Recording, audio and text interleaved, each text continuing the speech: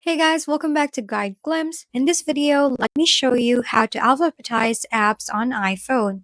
You can do this by resetting home screen layout. Now go to your settings app and then open general section. Next, scroll down until you find the transfer or reset iPhone and open it. Next, tap reset and then choose reset home screen layout in the pop-up window. Now confirm your action and it will reset to its default settings. The other method you can do is to simply manually organize apps by long pressing, then dragging it to a new location, arranging it alphabetically. Also, you can swipe left until you access the app library, and then tap the search bar to see an alphabetized list.